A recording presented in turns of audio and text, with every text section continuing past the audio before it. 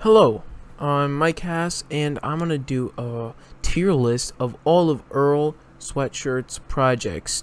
He is a rapper from Odd Future, and I got into his music about last night, and I just completely listened to all of his discography after listening to some rap songs, which is one of the best rap albums of all time.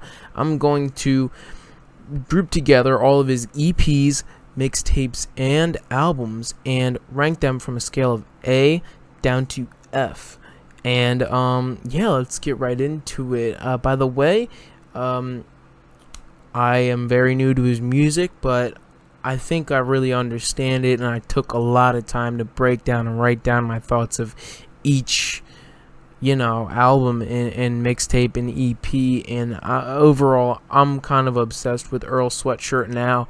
Yeah, let's get right into Kitchen Cutlery, which is his first mixtape and first project released under the Sly Tendencies name, which he changed after this one. He changed his name after this project came out. And on Mollywopped, Earl raps about rejecting the reject. And this is a bar among other bars on songs such as Deerskin and Fuck Your Compression off of this project, which he dropped when he was 14. I'd have to say this mixtape is a goofy MF Doom inspired tape. The instrumental called Number 4, which is track 11, is a great instrumental. And I don't really take this seriously compared to his other work and his albums, and this is not a lot. This is not that good compared to all of his other work, but it's great for 14 Earl, and it is what it is. I really messed with it. I'm gonna give it a C. I'm gonna have to give Sly Tendencies Kitchen Cutlery a C, which is put out by Earl Sweatshirt. Now, let's get into his debut mixtape. Second mixtape. Fuck, Mike. Earl. It's the second mixtape. Earl.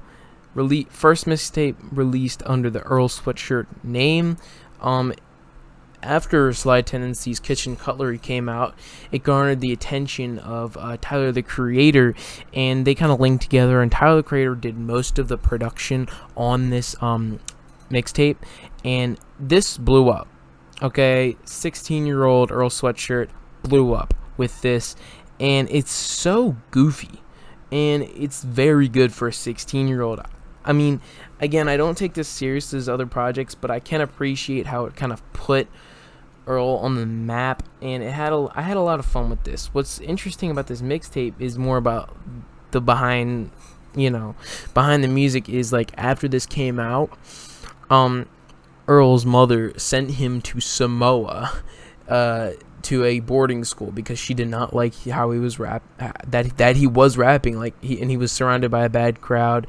It is a fact that he was surrounded by a lot of drugs and alcohol with the Odd Future gang, but he was sent to a fucking boarding school because he was being a thugger.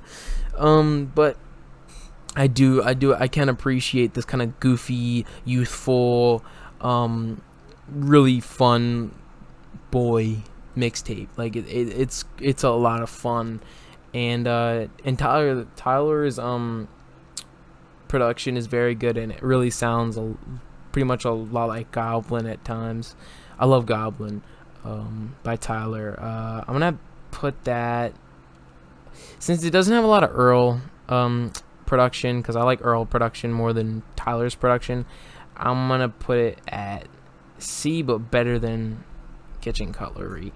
Alright, now let's get into Doris. So when Earl came home from Samoa, took a lot of time to work out his Odd Future deal with the label and stuff, and being a part of the Odd Future group. And then Doris came out, and while this is a mainstream success hit, charted very high. It has features from Vince Staples and the RZA from the Wu-Tang, which is a legendary rapper, one of the best rappers of all time. The feature list on this is so good, but it has a mix of that goofy Earl we got beforehand, and it kind of gets into that glitchy deep Earl that we know now. So it's a mix of old goofy Earl and new depressed and hazy crazy Earl. So I'm gonna have to put Doris at the B ranking, and also Chum is one of the best Earl songs. I truly love Chum. It's a great song. Let's get to the next project. I Don't Like Shit, I Don't Go Outside album by Earl Sweatshirt is a great album, but it's not as good as his other work. And I'd have to say this album highlights Earl's ability to maintain a monotone delivery, but while he keeps that monotone delivery, his ability to switch flow is not too jarring to the listener when he switches that flow, and that's really what I noticed with this, and that's what he's kind of been always doing, but this is when it's kind of put out there more. I'd say it's a great album, but there's a good amount of skips, and it's just not as memorable compared to his other work. I'm gonna have to put it on the D, but and the feature list was not as good as Doris at all. Doris is the best album with features from him, but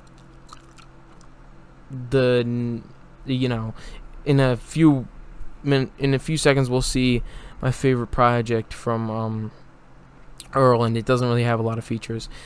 Let's get to the EP Solus, which is kind of a predecessor to Earl Sweatshirt. It's a 10-minute long track, but it's put out as an EP. It's got many sections to it, and it really sounds like some rap songs, which we'll get into. He raps about the anxiety of finding home, and his brother rhyming after hearing a friend died and dealing with all of that, and he still is staying faded. And this soft 10-minute rap jazz, it really seeks a glimmer of hope in a dark place for Earl, and it's such a great 10 minutes, and I'm gonna have to put that on the A section, but it is not as good as that because it's really just a 10-minute small thing. Now I'm gonna say Earl Sweatshirt's Some Rap Songs is one of the best rap albums of all time. I first listened to it, I did not like it at all. Yeah, we're gonna put it at A, but better than Solus.